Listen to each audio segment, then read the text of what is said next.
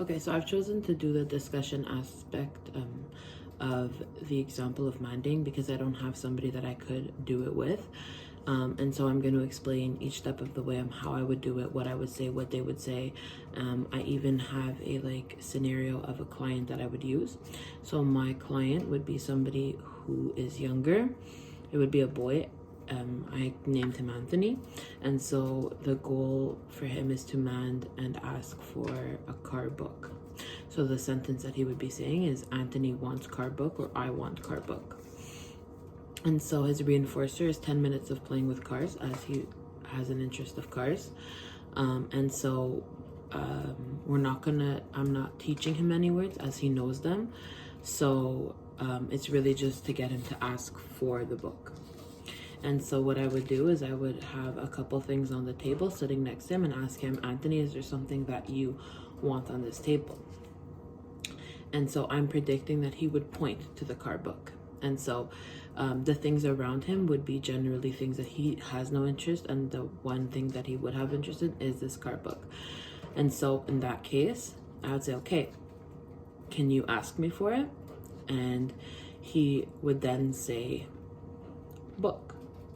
If he just points, then I would just start off the basic, give him a verbal reinforcement, and just say, great, okay, but let's try book. And so saying book would be a verbal prompt. That's one of the prompts I would use. And then if he did say book, I would say great job, fantastic.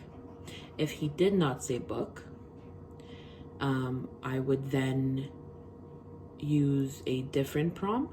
So it could be, again, a full verbal prompt. I would just model it for him. So I'd say, let's try saying book. And so, or using a physical prompt where I can say book, and having the book in my hand. Then I would move on and say car book.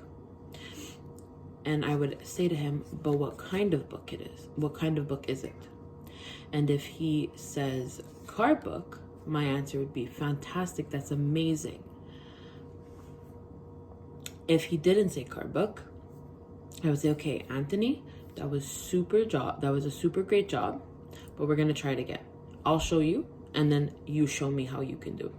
So I would use a full verbal prompt again and say car book. If he did not answer to that, then I would try and use a different prompt. I would use a physical prompt, as I did before, car book. And then hopefully he would be repeating it. Then I would move on to want car book.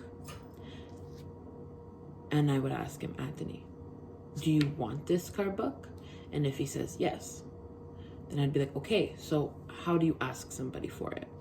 And he would go, want car book. Now, if he says want car book, my response would be, wow, that's fantastic. You're doing awesome.